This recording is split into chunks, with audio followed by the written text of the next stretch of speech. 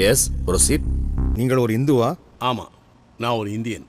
நான் கேட்கறதுக்கு பதில் சொல்லுங்க. நீங்க ஒரு இந்துவா? சொல்லுங்க. ஆமாம், நான் ஒரு இந்து. அப்போ நீங்க வணங்குற தெய்வம்? நான் வணங்குவது கடவுள், தெய்வம் அல்ல. தெய்வம் வேறு, கடவுள் வேறு. I object this your honour. Objection sustain. Note this point your honour. இவர் மக்களை திசை திருப்பி ஆன்மீகம் என்ற பெயரில் குழப்ப விளைவிக்கிறார். இப்பவும் சொல்கிறேன், நான் ஒரு இந்து. ஆனால் நான் வணங்கும் கடவுள் கிறிஸ்து. ஏனென்றால் இந்து என்பது மதத்தின் பெயர் அல்ல, இடத்தின் பெயர்.